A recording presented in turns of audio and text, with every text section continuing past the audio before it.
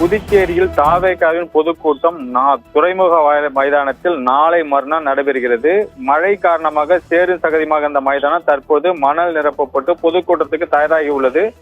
மையத்தின் பாதி பகுதியை பொதுக்கூட்டம் அனுமதிக்கு வழங்கப்பட்டுள்ளது. அதாவது மையம் அந்த துறைமுக மையம் ஃபுல்லாக கொடுக்க முடியாது, ஆனால் பாதி மட்டும் வழங்கப்படும் என்று காவல்துறை சார்பில் தெரிவிக்கப்பட்டது. இதில் பாத்தீங்கன்னா காவல்துறை சார்பில் முக்கிய அறிவிப்பானது இன்று வழங்கப்பட்டிருக்கிறது. இதுல பாத்தீங்கன்னா கர்ப்பிணி பெண்கள், குழந்தைகள், முதியவர்கள் அவர்களுக்கு அனுமதி கிடையாது என்றும், QR கோடு உள்ளவர்கள் மட்டுமே உள்ள அனுமதிக்கப்படுவார்கள் என்றும், தமிழகத்தை பகுதியைச் சேர்ந்தவர் யாருக்கும் அனுமதி வழங்கக்கூடாது உள்ளிட்ட 6 உத்தரவுகள் காவல்துறை சார்பில் வழங்கப்பட்டுள்ளது.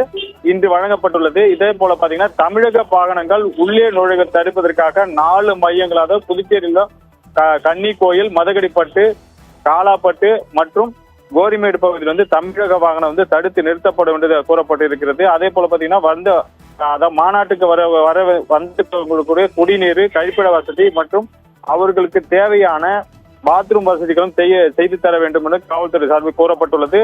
வந்தவர்களை விஜய் வந்தவுடன் காலை 10:30 12 மணி வரை இந்த கூட்டம் நடத்த வேண்டும் என்றும் அது சார்பாகவும் காவல்துறை சார்பில் உத்தரவானது பிறப்பிக்கப்பட்டுள்ளது. இந்த உத்தரவானது விஜய் வந்தவுடன் பொதுமக்கள் அவங்கங்கே கட்டுப்படுத்தவும் காவல்துறை சார்பில் உத்தரவு வழங்கப்பட்டுள்ளது.